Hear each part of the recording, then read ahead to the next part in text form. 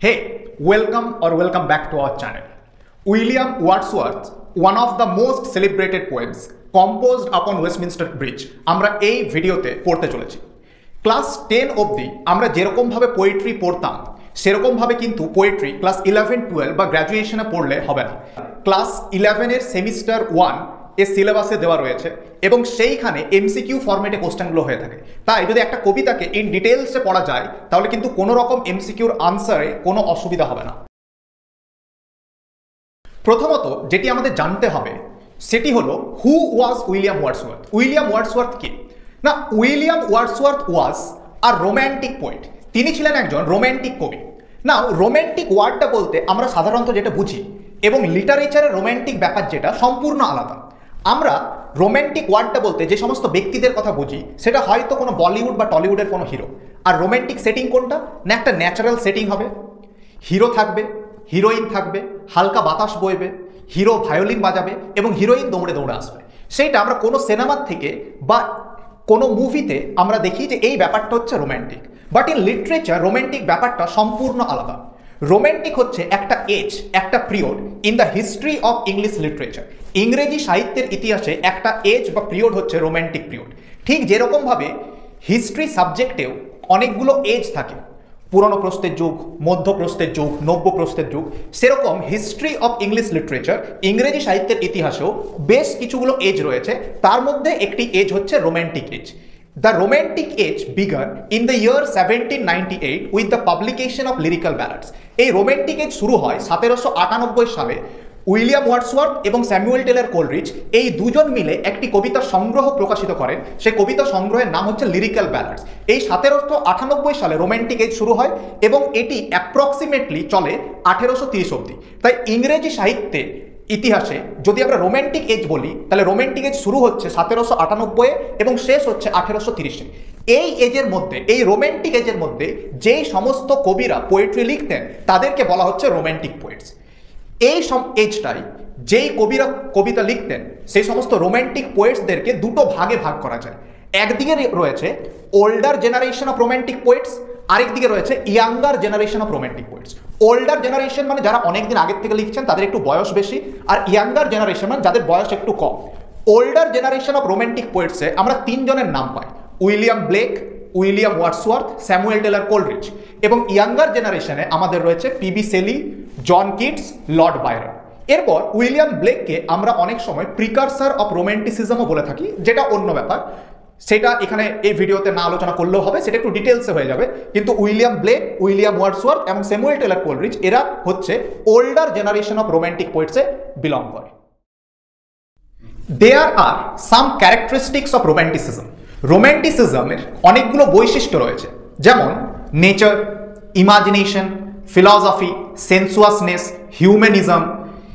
এই সমস্ত বৈশিষ্ট্যগুলো ক্লাস 11 স্টুডেন্টদের পক্ষে মনে রাখা সম্ভব নয়, কিন্তু যেই দুটো বৈশিষ্ট্য তাদেরকে জানতে হবে এই কবিতাটা পড়ার জন্য, এক হচ্ছে নেচার, দ্বিতীয় হচ্ছে ইমাজিনেশন। নেচার ছাড়া উইলিয়াম ওয়ার্ডসওয়ার্থের কবিতা অসম্পূর্ণ, কারণ উইলিয়াম ওয়ার্ডসওয়ার্থের প্রত্যেকটা কবিতার মধ্যে আমরা নেচার পাই, সেটা টিনটানেবে হোক বা কম্পোজড আপন ওয়েস্টমিনস্টার ব্রিজ হোক, এই কবিতার মধ্যেও নেচার রয়েছে। উইলিয়াম ওয়ার্ডসওয়ার্থ নেচারকে পুজো করেন ভগবানের মতো। Nature is equal to God to William Wordsworth. এবং ভগবানকে কে পুজো করেন? ভগবানকে পুজো করেন পুরোহিত বা প্রিস্ট। একজন প্রিস্ট ভগবানকে যেরকম ভাবে পুজো করেন, উইলিয়াম ওয়ার্ডসওয়ার্থ নেচারকে সেরকম ভাবে পুজো করেন। একজন প্রিস্ট ভগবানকে পুজো করার জন্য যেটা সবচেয়ে বেশি প্রয়োজন সেটা হচ্ছে মন্ত্র। তাহলে একটা প্রিস্ট মন্ত্র ব্যবহার করে ঠিক যেরকম ভাবে ভগবানকে পুজো করে, উইলিয়াম ওয়ার্ডসওয়ার্থ তার পোয়েট্রি ব্যবহার করে ঠিক একই রকম ভাবে নেচারকে পুজো করে। তাহলে এই ডায়াগ্রামটা কিরকম হচ্ছে? Nature is equal to god, William Wordsworth is equal two priest এবং পোয়েট্রি ইজ ইকুয়াল টু মন্ত্র। দ্বিতীয় বৈশিষ্ট্য হচ্ছে ইমাজিনেশন। না, একটা কবি যখন কোনো কবিতা লেখেন তখন ইমাজিনেশনের প্রয়োজন হয়, কল্পনার প্রয়োজন হয়। কিন্তু এই কবিতাটা আমরা যখন পড়ব বা কোনো রোম্যান্টিক কবিতা আমরা যখন পড়ি, ইমাজিনেশনটা শুধুমাত্র কবির পোয়েট্রি লেখার ক্ষেত্রে ব্যবহার হয় না, আমরা যারা কবিতাটা পড়ছি তাদের ক্ষেত্রেও কিন্তু ইমাজিনেশনটা ব্যবহার হয়।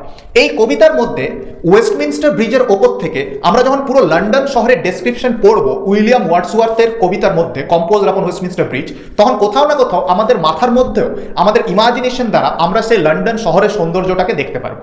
তাহলে এই কবিতাটা পড়ার জন্য নেচার এবং ইমাজিনেশন এই দুটো বৈশিষ্ট্য মাথায় রাখা খুব important. What type of poem is William Wordsworth's composed upon Westminster Bridge? William ওয়ার্ডসওয়ার্থের লেখা কম্পোজড আপন ওয়েস্টমিনস্টার ব্রিজ কি ধরনের কবিতা? না, William Wordsworth's composed upon Westminster Bridge is an Italian or Petrarchan sonnet. এটা হচ্ছে একটা ইটালিয়ান বা পেত্রার্চান sonnet, consist of an octave and a sestet with the rhyme scheme A B B A A B B A C D C D C D. নাও এরপর অনেকগুলো point আছে যেগুলো তোমরা বুঝতে পারলে না। পেত্রার্চান সনেট কি বা ইটালিয়ান সনেট কি, রাইম স্কিম কি, অক্টেভ কি, সেস্টেট কি, এই সমস্ত বিষয়গুলো তুমি যদি বুঝতে চাও, এই কবিতাটা পড়ার জন্য এই বিষয়গুলো বুঝতে হবে। অলরেডি চ্যানেলে একটা ভিডিও আপলোড করা রয়েছে সনেট, সেই ভিডিওটা তোমরা এক্ষুনি গিয়ে দেখে আসতে পারো। এখানে পজ করো এবং সেই ভিডিওটা দেখে এসো, তাহলে সেখানে সনেটকে খুব ভালো মতো এক্সপ্লেন করা রয়েছে। তাহলে তোমার সমস্ত কিছু ক্লিয়ার হয়ে যাবে যে হোয়াট ইজ আ সনেট, এবং এই পয়েন্টটা খুব ভালোভাবে বুঝতে পারবে। ওকে, এখনো অপেক্ষা করছো বস? বললাম তো, যাও দেখে এসো, তারপর এখান থেকে শুরু করবে, সমস্ত বিষয় ক্লিয়ার হয়ে যাবে। Composition and publication of the poem. এখানে কম্পোজিশন মানে হচ্ছে লিখিত এবং পাবলিকেশন মানে হচ্ছে প্রকাশিত। উইলিয়াম ওয়ার্ডসওয়ার্থের আপন ওয়েস্টমিনস্টার ব্রিজ কত সালে লেখা হয় এবং কত সালে প্রকাশিত হয়? উইলিয়াম ওয়ার্ডসওয়ার্থের লেখা এই কবিতাটার আমরা যদি পুরো টাইটেলটা দেখি, তাহলে পুরো টাইটেলটা হলো composed upon Westminster bridge September 3, 1802। এই কবিতাটা লেখা হয় 1802। তাহলে William Wordsworth composed the poem আপন Westminster bridge in the year 1802। 1802 সালে এই কবিতাটা লেখা হয়, but it was published 5 years later in the year 1807 in poems in 2 volumes। এটা 1807 সালে একটা কবিতা সংগ্রহ যার নাম হচ্ছে পোয়েমস ইন 2 ভলিউমস, এই কবিতা সংগ্রহে প্রকাশিত হয়। কিন্তু আমরা যদি ডেটটা দেখি, উইলিয়াম ওয়ার্ডসওয়ার্থ তার টাইটেলে বলেছেন যে কবিতাটা লেখা হয়েছে সেপ্টেম্বর 3 of September, কিন্তু তার বোন ডরোথি ওয়ার্ডসওয়ার্থ তার ডায়েরিতে 31 জুলাইয়ের ডেট মেনশন করা রয়েছে। ডরোথি ওয়ার্ডসওয়ার্থ তিনি ডায়েরি লিখতেন এবং ডায়েরি লেখার একটা নিয়ম হচ্ছে সেখানে ডেট মেনশন করা থাকে। সেইখানে ডরোথি ওয়ার্ডসওয়ার্থ বলছেন যে তিনি এবং উইলিয়াম ওয়ার্ডসওয়ার্থ আপন ওয়েস্টমিনস্টার ব্রিজের ওপর থেকে লন্ডন শহরের সৌন্দর্যটা দেখেছিলেন 31শে জুলাই। তাই ডেটটা 3 সেপ্টেম্বর না 31শে জুলাই, এই নিয়ে কিন্তু কন্ট্রোভার্সি রয়েছে। Occasion of the poem or significance of the title. এই কবিতাটার টাইটেল উইলিয়াম ওয়ার্ডসওয়ার্থ কেন দিলেন কম্পোজড আপন ওয়েস্টমিনস্টার ব্রিজ, এটা বোঝার জন্য তোমাকে একটা গল্প শুনতে হবে। ইট ওয়াজ দ্য সামার অফ 1802। সালটা ছিল 1802, গ্রীষ্মের সময়। William Wordsworth was travelling with his sister Dorothy Wordsworth. William Wordsworth তার বোন ডরোথি ওয়ার্ডসওয়ার্থের সাথে যাত্রা করছিলেন। ওনারা ফ্রান্স যাচ্ছিলেন, ফ্রান্সের ক্যালে বলে একটা জায়গা রয়েছে, সেই জায়গায় ওনারা যাচ্ছিলেন। They saw the silent beauty of the city of London in the early morning from the Westminster Bridge. তারা যখন যাচ্ছেন ওয়েস্টমিনস্টার ব্রিজের ওপর থেকে, তারা যখন লন্ডন শহরের সৌন্দর্য দেখলেন ভোরের বেলা, দিস বিউটি, এই সৌন্দর্যটা inspired William Wordsworth to write this poem. William ওয়ার্ডসওয়ার্থকে অনুপ্রেরণা দিলেন এই কবিতাটা লেখার জন্য। সেই জন্য এই কবিতাটার টাইটেল হচ্ছে composed upon Westminster Bridge. Composed মানে লেখা হয়েছে, কোথায় লেখা হয়েছে? আপন ওয়েস্টমিনস্টার ব্রিজ, ওয়েস্টমিনস্টার ব্রিজের ওপরে। That's why the title of the poem is composed upon Westminster bridge. আমরা যদি পুরো ব্যাপারটাকে সাম আপ করি, তাহলে আমরা বলতে পারবো William Wordsworth composed upon Westminster Bridge is one of his most celebrated poems. William ওয়ার্ডসওয়ার্থের অনেকগুলো কবিতার মধ্যে এটা হচ্ছে তার একটি celebrated poem. William Wordsworth was a romantic poet as well as a nature poet. William Wordsworth হচ্ছেন আগে রোম্যান্টিক পোয়েট, যেটা আমরা অলরেডি জেনেছি, এবং তাকে নেচার পোয়েটও বলা হয়, কারণ তার পোয়েট্রির মধ্যে নেচারের ইম্পর্টেন্স অনেক, সেটাও আমরা আলোচনা করেছি ক্যারেক্টারিস্টিক্স অফ রোম্যান্টিসিজমে। This poem is an example of Petrarchan sonnet describing the silent beauty of the city of London in early morning from the Westminster Bridge. এই কবিতাটি একটি পেত্রার্চান সনেটের উদাহরণ। এই কবিতার মধ্যে কবি লন্ডন শহরের সৌন্দর্যকে আলোচনা করছেন ভোরের বেলা ওয়েস্টমিনস্টার ব্রিজের ওপর থেকে, এবং the poets admits that he has found the most beautiful scene on earth. এবং কবি এটা স্বীকার করছেন যে তিনি এই পৃথিবীর সবচেয়ে সুন্দর দৃশ্যটি দেখেছেন ওয়েস্টমিনস্টার ব্রিজের ওপর থেকে সকালবেলা। Now you are ready to read the poem. প্রত্যেকটা পয়েন্ট আমরা আলোচনা করে নিয়েছি। উইলিয়াম ওয়ার্ডসওয়ার্থ কে, এটা কি ধরনের কবিতা, কততে লেখা, কততে প্রকাশিত হয়েছে, occasion of the poem, background of the poem এবং introduction. Now you are ready to read the poem. So let's start the poem. William Wordsworth composed upon Westminster Bridge, যেহেতু একটা ইটালিয়ান বা পেত্রার্চান সনেট, তাই এই কবিতাটিকে আমরা দুটো স্টেঞ্জায় ভাগ করতে পারি। প্রথম স্টেঞ্জা হলো প্রথম 8টা লাইন, যেটাকে বলা হয় অক্টেভ, এবং তারপর শেষের যে 6টা লাইন সেটাকে বলা হয় সেস্টেট। তাই আমরা প্রথম 8টা লাইন পড়বো অক্টেভ এবং তারপর শেষের 6টা লাইন পড়বো যেটা হলো সেস্টেট। এই কবিতাটি পড়ার আগে আমাদের একটা লাইন অবশ্যই মনে রাখতে হবে। সেই লাইনটা হলো, William Wordsworth is deeply moved by the silent beauty of the city of London viewed from Westminster Bridge in the early morning. সকালবেলা বা ভোরবেলা উইলিয়াম ওয়ার্ডসওয়ার্থ ওয়েস্টমিনস্টার ব্রিজের ওপর থেকে লন্ডন শহরের যে সৌন্দর্যটা দেখছেন সেই সৌন্দর্য তাকে মুগ্ধ করেছে। এই কথাটা আমাদের সবসময় মাথায় রাখতে হবে এই কবিতাটা পড়ার আগে। কবি প্রথম লাইনে বলেছেন, earth has not anything to show more fair. Earth has not anything to show more fair. এখানে আর্থ মানে হচ্ছে the world, has not anything, not এনিথিংটাকে আমরা বলতে পারি নাথিং। তাহলে কি হলো, earth has nothing to show. এখানে টু শো মানে হচ্ছে টু প্রেজেন্ট, মানে উপস্থাপনা করা। মোর ফেয়ার, মোর ফেয়ার মানে হচ্ছে মোর বিউটিফুল। কবি প্রথম লাইনই বলছেন যে পৃথিবীতে এর চেয়ে আর কোনো সুন্দর দৃশ্য নেই যেটা পৃথিবী আমাদের দেখাতে পারে। মানে তিনি ভোরবেলা ওয়েস্টমিনস্টার ব্রিজের ওপর থেকে লন্ডন শহরের সৌন্দর্যটা তিনি যখন দেখছেন, ওনার মনে হচ্ছে যে পৃথিবীর মধ্যে এর চেয়ে সুন্দর আর কোনো দৃশ্য নেই যেটা পৃথিবী আমাদের দেখাতে পারে। তাহলে ভোরবেলা ওয়েস্টমিনস্টার ব্রিজের ওপর থেকে লন্ডন শহরের যে সৌন্দর্য, সেটাই হচ্ছে কবির কাছে সবচেয়ে সুন্দর দৃশ্য যেটা পৃথিবী তাকে দেখাতে পারে। দ্বিতীয় লাইনে তিনি বলছেন, dull would he be of soul who could pass by. এই লাইনটাকে এরকমভাবে না পড়ে একটু ঘুরিয়ে পড়ো। লাইনটা কিরকমভাবে পড়বে, he would be of dull soul who could pass by. এখানে হি বলতে তোমরা জানো যে হি হচ্ছে একটা প্রোনাউন, মানে হচ্ছে সে।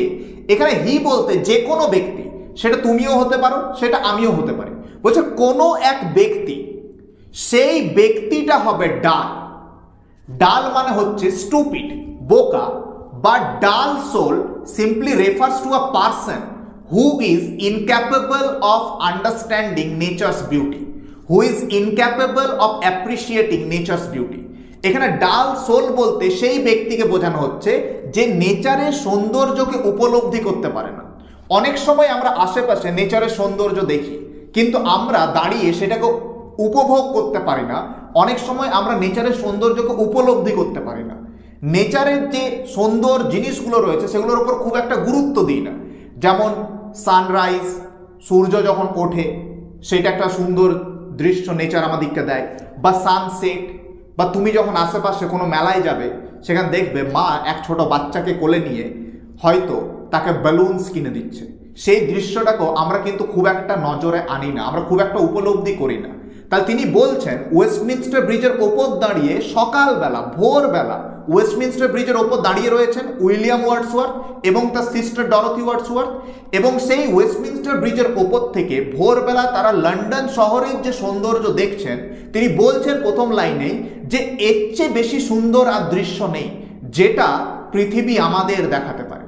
তারপর দ্বিতীয় লাইনে বলছেন যে সেই ব্যক্তি হবে ডাল, সেই ব্যক্তি হবে স্টুপিড, সেই ব্যক্তি হবে বোকা, যার কিনে যে এই দৃশ্যটাকে দাঁড়িয়ে উপলব্ধি করতে পারবে না, সেই ব্যক্তিটা বোকা হবে। দেখো দ্বিতীয় লাইনে কি বলছে, বলছে হি would be of dull soul.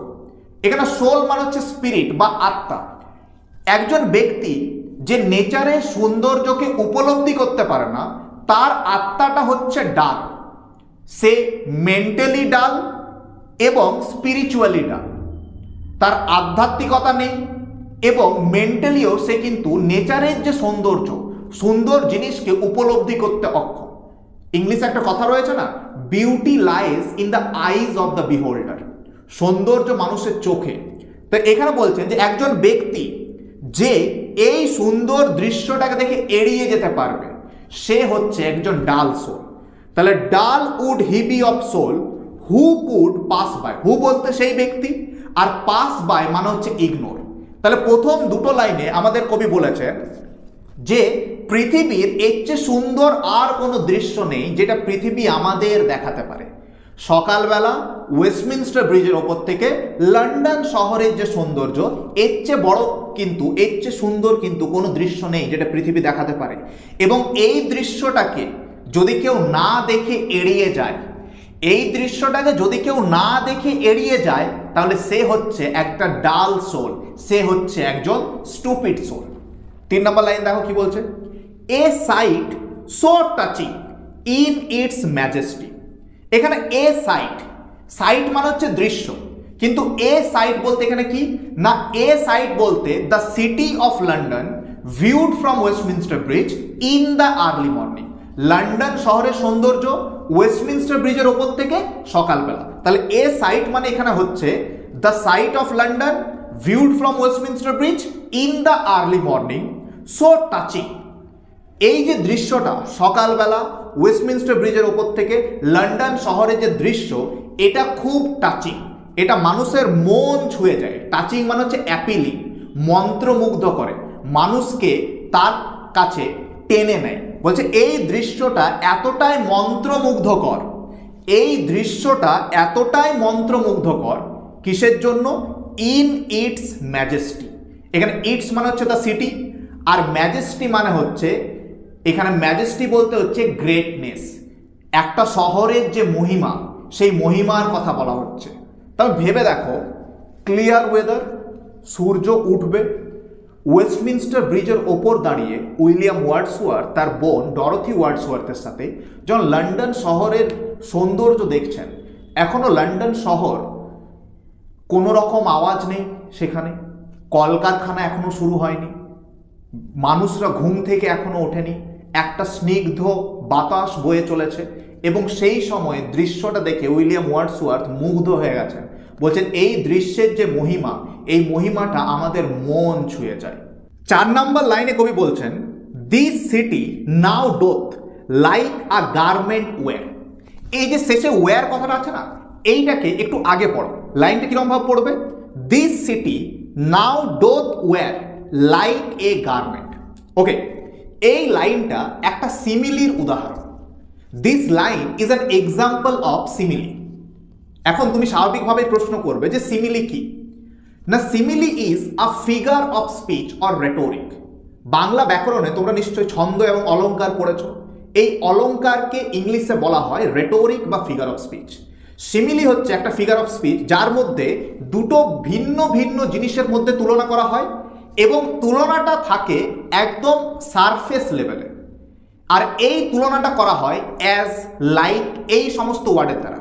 তাহলে তুমি যদি দেখো যে কোনো লাইনের মধ্যে দুটো জিনিসের মধ্যে তুলনা করা হয়েছে এবং তুলনাটা করার জন্য অ্যাজ বা লাইক এই দুটো ওয়ার্ডের মধ্যে একটা ওয়ার্ড ব্যবহার করা হয়েছে, তখন তুমি নিঃসন্দেহে বলতে পারো এই লাইনটা হচ্ছে কিসের উদাহরণ, সিমিলির উদাহরণ। তাহলে এই লাইনটাকে যদি আমরা পড়ি তাহলে কি বলা হচ্ছে, দিস সিটি। এখানে দিস সিটি বলতে কোন city, here this city refers to the city of London. এখানে দিস সিটি বলতে লন্ডন শহরের কথা বলা হচ্ছে।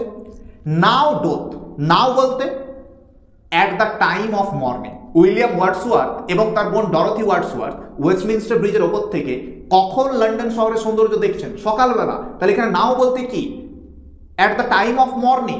তাহলে লন্ডন শহর এখন, ডোথ এটা একটা আর্কেইক ওয়ার্ড যার ইংলিশ মানে হচ্ছে ডাস, DOES। আচ্ছা, আর্কেইক ওয়ার্ড কি না, আর্কেইক ওয়ার্ড হলো সেই সমস্ত শব্দগুলো যেগুলো পুরোনো দিনে কবিরা নিজেদের কবিতা লেখার সময় ব্যবহার করতেন, কিন্তু আমরা এখন দৈনন্দিন জীবনে সেই সমস্ত ওয়ার্ডগুলোকে ব্যবহার করি না। সেই সমস্ত ওয়ার্ডকে বলা হয় আর্কেইক ওয়ার্ড, যেইগুলো পুরোনো দিনে কবিরা কবিতা লেখার জন্য ব্যবহার করতেন, কিন্তু আমরা এখন আর দৈনন্দিন জীবনে সেই শব্দগুলোকে ব্যবহার করি না। যেমন দাও, দাও মানে হচ্ছে you. Art, ART, art, art মানে হচ্ছে আর, ARE, আর। সেরকম একটা ওয়ার্ড হচ্ছে ডোথ, মানে হচ্ছে ডাস। তাহলে এই শহরটা এখন কি করেছে না ওয়্যার, ওয়্যার মানে হচ্ছে পুট অন বা পরিধান করা, এই শহরটা এখন পরে রয়েছে কিসের মতো, লাইক এ গার্মেন্ট। এখানে গার্মেন্ট মানে হচ্ছে ড্রেস বা পোশাক। তাহলে লন্ডন শহরটা এখন একটা পোশাক পরে রয়েছে, এবং পোশাকটা কিসের, the beauty of the morning, the beauty of the morning, সকালবেলা সৌন্দর্যের পোশাক। আর বিউটি অফ দ্য মর্নিং, এই সকালবেলাটা কেন সুন্দর, লন্ডন শহরটা সকালবেলায় উইলিয়াম ওয়ার্ডসওয়ার্থ এবং ডরোথি ওয়ার্ডসওয়ার্থ যখন ওয়েস্টমিনস্টার ব্রিজের ওপর থেকে দেখছেন, ওনারা দেখছেন যে এখনো দৈনন্দিন যে কাজকর্ম সেগুলো এখনো শুরু হয়নি। মনে রাখবে, London is the capital of England, London is the business hub of England. এই লন্ডন থেকে এই সমস্ত ব্যবসা শুরু হয়, যেমন আমাদের পশ্চিমবঙ্গের কলকাতা আমরা বলতে পারি, ঠিক একই রকমভাবে ইংল্যান্ডের লন্ডন, যেমন ইন্ডিয়ার মুম্বাই, ঠিক একই রকমভাবে ইংল্যান্ডের লন্ডন। সেইখানে তুমি কি আশা করবে একটা শহরে যে বিভিন্ন রকম নয়েজ হবে, মানুষের এত ভিড়, তাদের শব্দ, গাড়ি ঘোড়ার শব্দ, কলকারখানা চলছে, ধুঁয়ো বার হবে, কিন্তু এই সমস্ত কিচ্ছু নেই, একদম পরিষ্কার অ্যাটমসফিয়ার। ওয়েস্টমিনস্টার ব্রিজের ওপর থেকে অনেক দূর অবধি দেখা যাচ্ছে, একটা স্নিগ্ধতা রয়েছে, কোনো আওয়াজ নেই, একটা শান্তির পরিবেশ। এবং সেইখানে দাঁড়িয়ে তিনি বলছেন, ওয়েস্টমিনস্টার ব্রিজের ওপর থেকে লন্ডন শহরকে দেখে মনে হচ্ছে যেন লন্ডন শহরটা সকালবেলা সৌন্দর্যকে পড়ে রয়েছে। এই লাইনটা এনজয়মেন্টেরও উদাহরণ। এনজয়মেন্ট হচ্ছে আরেকটা ফিগার অফ স্পিচ, যেখানে একটা পুরো সেন্টেন্সকে একটি লাইনে না লিখে দুটো লাইনে ভাগ করে লেখা হয়, সেটাকে আমরা বলতে পারি এনজয়মেন্ট। তাহলে এইখানে একটা তুলনাকে করা হয়েছে, বলছে এই শহরটা মানে লন্ডন শহরটা পরে রয়েছে পোশাকের মতো, কোনটাকে, দ্য বিউটি অফ মর্নিং। ঠিক যেরকম ভাবে একটা পোশাক মানুষের শরীরকে কাভার করে, just as a dress covers the human body, ঠিক একই রকম ভাবে এই সকালের সৌন্দর্যটা পুরো লন্ডন শহরকে ঘিরে রেখেছে। তাহলে এইখানে কবি তুলনা করেছেন পোশাকের সাথে সকালের সৌন্দর্য। ঠিক যেরকম ভাবে পোশাক একজন ব্যক্তিকে কাভার করে, ঠিক একই রকম ভাবে সকালের সৌন্দর্য লন্ডন শহরকে কাভার করেছে। এবং শহরটা কেমন, সকালবেলা লন্ডন শহর কেমন দেখেছেন উইলিয়াম ওয়ার্ডসওয়ার্থ, জানতে চাও? পরের দুটো শব্দ পড়ো, সাইলেন্ট বেয়ার। সাইলেন্ট মানে হচ্ছে noiseless. The atmosphere of the city of London is noiseless. সেখানে কোনো রকম কোনো শব্দ নয়, যেমনটা বললাম সেখানে অনেক কলকারখানা আছে, অনেক ঘনবসতি, মানুষ অনেক বসবাস করে, কিন্তু সকালবেলা এখনো মানুষরা ঘুম থেকে ওঠেনি, তারা তাদের দৈনন্দিন যে কাজকর্ম সেটা এখনো শুরু করেনি। ওয়েদার একদম ক্লিয়ার, সূর্য উঠছে, সূর্যের যে গোল্ডেন রে, সোনালি যে আভা, সেটা আমরা দেখতে পাচ্ছি, এবং কলকারখানা শুরু হয়নি, কোনো ধোঁয়া নেই, স্মোকলেস, বহু দূর দেখা যাচ্ছে ওয়েস্টমিনস্টার ব্রিজের ওপর থেকে দাঁড়িয়ে। তাহলে এই স্নিগ্ধতা, এই পিসফুল একটা অ্যাটমসফিয়ারের মধ্যে যখন উইলিয়াম ওয়ার্ডসওয়ার্থ লন্ডন শহরের সৌন্দর্যটা দেখছেন, তিনি কিন্তু মুগ্ধ হয়ে গেছেন। সেই জন্য তিনি বলছেন সাইলেন্ট, কোনো রকম কোনো শব্দ নেই, কোনো রকম কোনো কলরব নেই, একটা পিসফুল জায়গা হচ্ছে লন্ডন শহর সকালবেলা। এবং বেয়ার, বেয়ার মানে হচ্ছে ওপেন, উন্মুক্তভাবে পড়ে রয়েছে, বহুদূর অবধি দেখতে পাচ্ছেন, কারণ কোনো কিছুই এখন শুরু হয়নি। একদম ভোরবেলা তিনি যখন যাচ্ছেন, তিনি ফ্রান্সে যাচ্ছিলেন তার বোন ডরোথি ওয়ার্ডসওয়ার্থের সাথে, তখন কিন্তু এই অ্যাটমসফিয়ারটা দেখে তিনি কিন্তু সত্যি মুগ্ধ হয়ে গেছেন। তারপরের লাইনে কিছুগুলো ওয়ার্ডস রয়েছে, দেখো, শিপস জাহাজ, টাওয়ার, টাওয়ার মানে তোমরা জানো এ টল স্ট্রাকচার, একটা লম্বা স্ট্রাকচার। এইখানে tower refers to the tower of London. লন্ডনের যে টাওয়ার, যেটা কিন্তু একদম টেমস নদীর পাশেই অবস্থিত, সেই এখানে টাওয়ার বলতে সেই টাওয়ার অফ লন্ডনের কথা বলা হচ্ছে। ডোমস, ডোমস মানে হচ্ছে রাউন্ডেড রূপ। ডোম মানে হচ্ছে তুমি যদি একটা বাটি নাও এবং বাটিটাকে উল্টো করে দাও, সেই যে আকৃতিটা নেবে সেই আকৃতিটাকে বলা হচ্ছে ডোম। এখানে dome refers to Saint Paul's cathedral. Saint Paul's cathedral যে চার্চ রয়েছে, সেই চার্চের কথা বলা হচ্ছে এখানে ডোমস ওয়ার্ডের মধ্যে দিয়ে। থিয়েটার্স, থিয়েটার্স মানে তোমরা সবাই জানো প্লে হাউস, যেখানে নাটক দেখানো হয়, সেটা হচ্ছে থিয়েটার। টেম্পলস, টেম্পল কি, মন্দির, temple is the abode of god. আবার মনে রাখবে লন্ডনে একটা জায়গার নামও কিন্তু টেম্পল রয়েছে, আর টেম্পলকে আমরা বলতে পারি যেখানে ভগবানের পুজো করা হয়, সেই টেম্পল লাই। সেই সমস্ত কিছুকে আমরা দেখতে পাচ্ছি লন্ডন ব্রিজের ওপরে, আই মিন ওয়েস্টমিনস্টার ব্রিজের ওপর থেকে দাঁড়িয়ে। তাহলে ওয়েস্টমিনস্টার ব্রিজের ওপর থেকে দাঁড়িয়ে সকালবেলা তিনি কি কি দেখতে পাচ্ছেন? শিপস দেখতে পাচ্ছেন, টাওয়ার্স দেখতে পাচ্ছেন, ডোমস দেখতে পাচ্ছেন, থিয়েটার্স দেখতে পাচ্ছেন, টেম্পলস দেখতে পাচ্ছেন। আর এই সমস্তগুলোকে কেন ব্যবহার করা হয়েছে? মনে রাখবে এইগুলো হচ্ছে ল্যান্ডমার্ক। একটা শহরের যে ল্যান্ডমার্ক হয় সেগুলো হচ্ছে ল্যান্ডমার্ক। তোমরা যখন অ্যামাজন বা ফ্লিপকার্ট থেকে কিছু অর্ডার দাও তখন একটা ল্যান্ডমার্ক বলে দেখবে অপশন থাকে, সেখানে তোমাকে দিতে হয় যে তোমার বাড়িটা কোথায়। অনেকে লেখো মন্দিরের পাশে, অনেক লেখো পুকুরের পাশে, অনেক লেখো গাছের তলায়। এইগুলো হচ্ছে ল্যান্ডমার্ক, মানে যেই জায়গাটাকে বেশিরভাগ মানুষে চিনবে। তাহলে ওয়েস্টমিনস্টার ব্রিজের ওপর থেকে সকালবেলা উইলিয়াম ওয়ার্ডসওয়ার্থ দাঁড়িয়ে কি দেখতে পাচ্ছেন? Ships, towers, dome, theatres and temple, এই সমস্ত কিছু মুক্ত অবস্থায় পড়ে রয়েছে। দেখো পরের লাইনে কি বলছে? Open আনটু the fields. আনটু the fields মানে হচ্ছে আপ টু দ্য ফিল্ডস। দূরে যে মাঠ রয়েছে, সবুজ মাঠ, সেই মাঠ অবধি দেখা যাচ্ছে ওয়েস্টমিনস্টার ব্রিজের ওপর দাঁড়িয়ে। মানে এতটা ক্লিয়ার, এখনো কলকারখানা শুরু হয়নি, কোনো রকম ঝামেলা নেই, ঝঞ্ঝট নেই, কোনো শব্দ নেই, কোনো রকম ধোঁয়াশা নেই, কুয়াশা নেই, ওয়েদার ক্লিয়ার, যে অনেক দূর অবধি দেখতে পাচ্ছে। যে দূরে যে মাঠ রয়েছে, সবুজ ঘাসে ভরা মাঠ, সেই মাঠ অবধি তিনি কিন্তু দেখতে পাচ্ছেন অ্যান্ড টু দ্য স্কাই, এবং আকাশের সেই পরিষ্কার একটা ছবি তিনি দেখতে পাচ্ছেন। তাহলে ওয়েস্টমিনস্টার ব্রিজের ওপর থেকে দাঁড়িয়ে তিনি যেরকমভাবে ships, towers, domes, theatres, temples এই সমস্ত কিছু দেখতে পাচ্ছেন, যেটা মাটির ওপর উন্মুক্তভাবে দাঁড়িয়ে রয়েছে, এবং তার সাথে তিনি দেখতে পাচ্ছেন পরিষ্কার আকাশ, দূরে অনেকটা মাঠ, এই সমস্ত কিছু মিলে একটা পুরো ছবি তার মাথার মধ্যে আসছে। এই প্রত্যেকটা কিন্তু আলাদা আলাদা নয়, এই সব কিছু মিলে একটা পারফেক্ট পিকচার কবি দেখতে পাচ্ছেন ওয়েস্টমিনস্টার ব্রিজের ওপর দাঁড়িয়ে সকালবেলা। এবং শেষ লাইনে বলছেন all bright and glittering in the smokeless air. All মানে তোমরা জানো, এখানে অল বলতে কি বোঝানো হচ্ছে না? Ships, domes, towers, theatres, temple, এই সমস্ত কিছু ব্রাইট, সমস্ত কিছু একদম ঝকঝকে তকতকে দেখাচ্ছে, অ্যান্ড গ্লিটারিং এবং শাইনিং। কেন shining? Because of the rays of the sun, the golden rays of the sun. সূর্য উঠছে এবং সূর্যের আলো যখন এই সমস্ত ল্যান্ডমার্কের ওপর পড়ছে, সেগুলো কিন্তু একদম পরিষ্কার দেখা যাচ্ছে in the smokeless air. Smokeless মানে ডিভয়েড অফ স্মোক, স্মোক মানে হচ্ছে ধোঁয়া, তাহলে ধোঁয়াশাহীন, আর এয়ার মানে হচ্ছে অ্যাটমসফিয়ার। তাহলে সেই সকালবেলা ওয়েদারটা কেমন ছিল, অ্যাটমসফিয়ার কেমন ছিল না? ধোঁয়াশাহীন। আর এই ধোঁয়া না থাকার কারণেই যতগুলো ল্যান্ডমার্ক রয়েছে শহরের, একদম দিগন্ত অবধি, সবুজ মাঠ অবধি, আকাশ অবধি সমস্ত কিছু পরিষ্কার হয়ে যাচ্ছে, এবং মনে হচ্ছে এটা কোনো শহর নয়, যেন এই শহরটাই নেচারের একটা পার্ট হয়ে গেছে। তাহলে the city of London is not away from nature. আমরা সাধারণত কি মনে করি? শহর মানে নেচার থেকে আলাদা হবে, নেচার থেকে দূরে হবে, কিন্তু এইখানে সিটি অফ লন্ডন নেচারেরই একটা পার্ট হয়ে গেছে, নেচারের একটা অংশ হয়ে গেছে। তাহলে অক্টেভে উইলিয়াম ওয়ার্ডসওয়ার্থ কি লিখেছেন আমরা পড়লাম। এই যে শেষের 6টা লাইন যেটা বাকি রয়েছে সেটাকে বলা হচ্ছে শেষ স্টেট। তাহলে স্ট্রেঞ্জার 2 যেটা হচ্ছে শেষ স্টেট, সেই শেষ স্টেটটা আমরা এরপর পড়ব। সেইখানে কবি বলছেন never did sun more beautifully steep in his first splendor valley, rock or hill.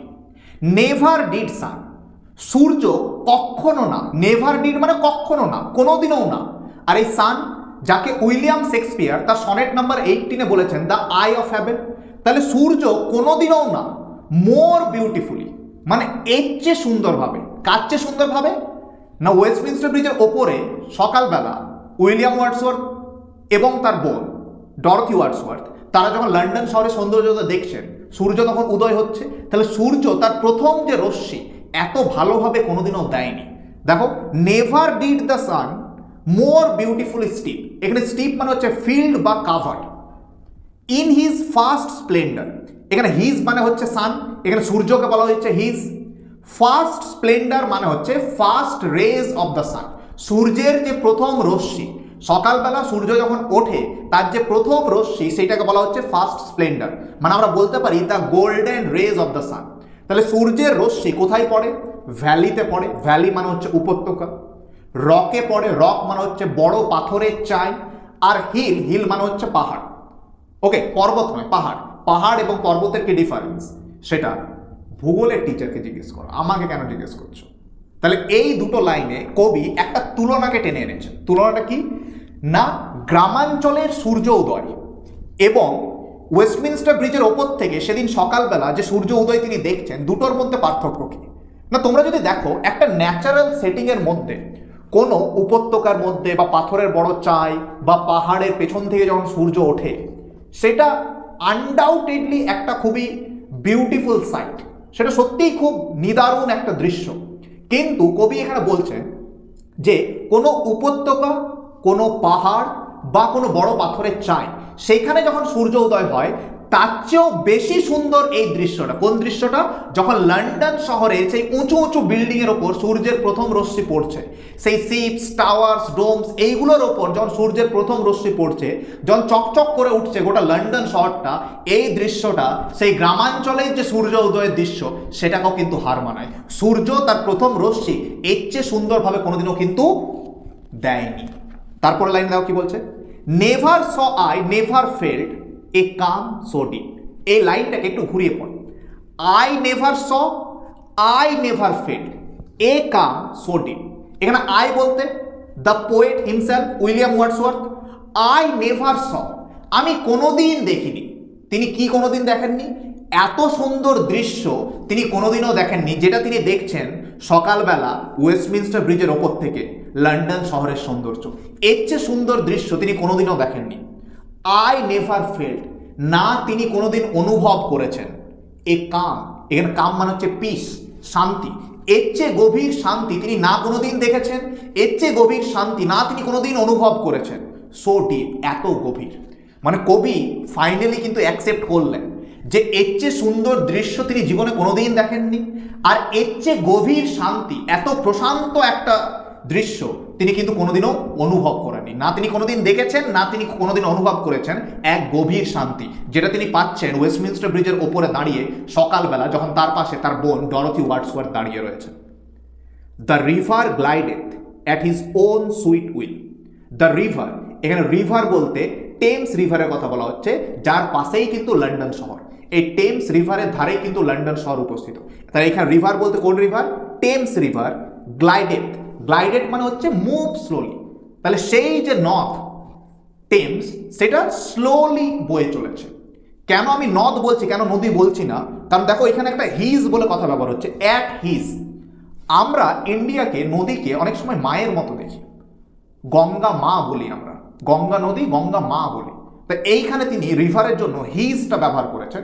তো মোস্ট প্রবাবলি এটা নদী থেকে আমরা যদি নদ বলি তাহলে হয়তো বেটার হবে। এবার নদী এবং নদের মধ্যে কি পার্থক্য, কাকে জিজ্ঞেস করবে? বুঝে গেছো? দেখো, the river glided at his own sweet will.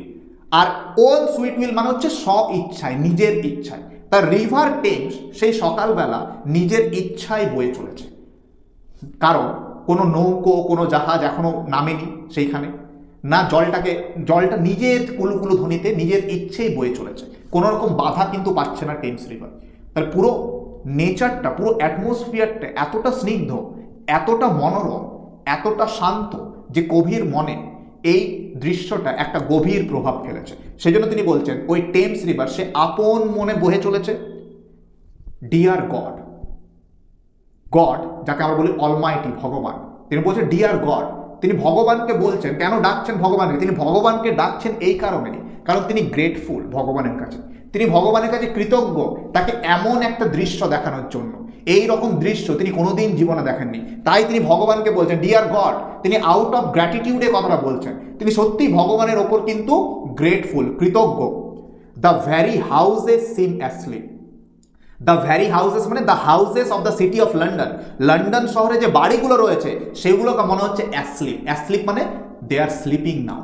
Actually the houses are not sleeping, the inhabitants of the houses are sleeping. বাড়িগুলো ঘুমোচ্ছে না, বাড়িতে থাকা মানুষগুলো ঘুমোচ্ছে। কারণ সকালবেলা যেমনটা বললাম, কলকারখানা শুরু হয়নি, মানুষ রাস্তায় এখনো বার হয়নি, মানুষ ঘুম থেকে ওঠেনি এখন, আর সেই সময় তিনি কিন্তু দেখছেন এই দৃশ্যটা। তাহলে কোনো কিছুই শুরু হয়নি। যেই একটা শহরের বৈশিষ্ট্যই হচ্ছে যেখানে অনেক হয় হট্টগোল থাকবে, নয়েজ থাকবে, হাসেল অ্যান্ড বাসল থাকবে, সেইখানে কিচ্ছু নেই। সেই জন্য বলছে মনে হচ্ছে যেন গোটা শহরটা ঘুমিয়ে রয়েছে, গোটা লন্ডন শহরটা ঘুমিয়ে রয়েছে। এবং শেষ লাইনে তিনি বললেন and all that mighty heart is lying still. And all that mighty heart, mighty মানে হচ্ছে পাওয়ারফুল।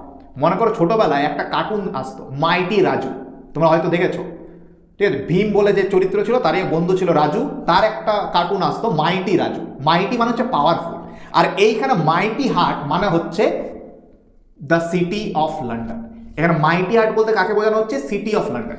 দেখবে একটা মানব দেহে হার্ট হলো খুব একটা ইম্পর্টেন্ট অঙ্গ, ঠিক একই রকমভাবে ইংল্যান্ডের লন্ডন হচ্ছে সবচেয়ে ইম্পর্টেন্ট জায়গা, সেটা হচ্ছে ক্যাপিটাল। সেখান থেকে সমস্ত কাজকর্ম চলে, ইন্ডাস্ট্রি সেখান থেকে রয়েছে, পরিবহনের ব্যবস্থা ভালো রয়েছে, এবং সেইখান থেকে গোটা ইংল্যান্ডের যে রসদ সেটা কিন্তু সেখান থেকে যায়। সেই জন্য লন্ডন শহরকে এখানে বলা হচ্ছে মাইটি হার্ট।